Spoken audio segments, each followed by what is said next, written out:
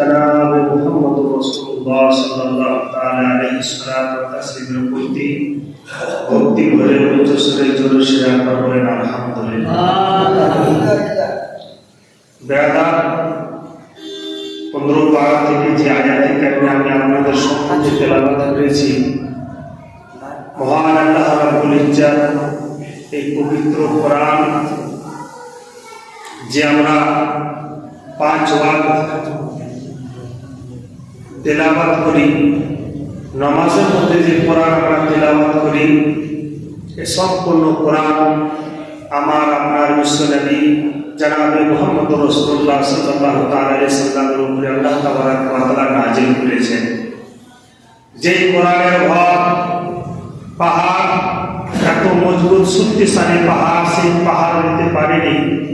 যে কোরআন যদি আমার উপরে নাযিল হয়ে যায় তা আল্লাহ জালজালা আমি সহ্য করতে পারবো না, থরথর করে পাহাড় কেঁপেছিল। আমি আর কোরআনের ভাগ দেওয়ার আমার দ্বারা আল্লাহ তো আমাকে শক্তি দেয়নি। বেরদার সেই পবিত্র কোরআন আল্লাহ তাবারাক ওয়া তাআলা আমার আপনার বিশ্বনবী জনাবে মুহাম্মদ রাসূলুল্লাহ সাল্লাল্লাহু আলাইহি সাল্লামের উপরে নাযিল করেছেন। যে কোরআন নাযিল হলো রমজান মাসে, আর আল্লাহ তাআলা এই শবে মেরাজ, আজকে শবে মেরাজের হচ্ছে রজব মাসের, আজকে হচ্ছে 26 তারিখ। আজকের দিন যা দিবাগত রাত্রি হচ্ছে শবে মেরাজের রাত্রি। যে সকাল হবে সেই সকালটা হবে শবে মেরাজের রাত্রি।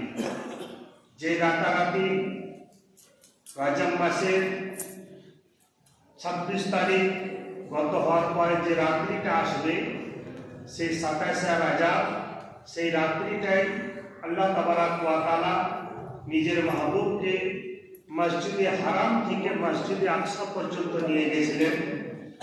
আর মসজিদে আকসাতে নিয়ে গেলেন তো কিনার মাধ্যম দিয়ে। আজকে যদি বা অর্ডার করে 10 জন ব্যক্তি আমার বাড়ি দাওয়াত থাকলো, তোমরা 10 জন চলে আসবে। আমরা হয়তো কেউ মোটর সাইকেলে, কেউ সাইকেলে, কেউ হেঁটে